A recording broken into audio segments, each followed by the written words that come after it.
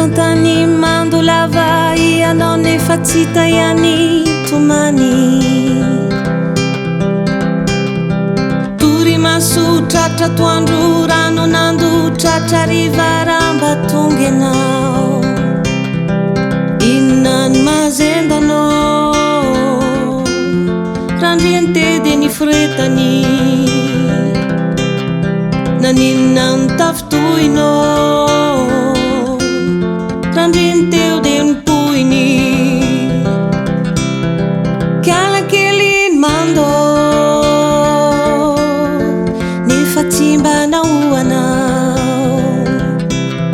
Venao variana ampitany maina sy karakaina izy ny lonaka ny andranao. Ny fotoana mo lasa foana ny volana za lasa taona andeha ody anao.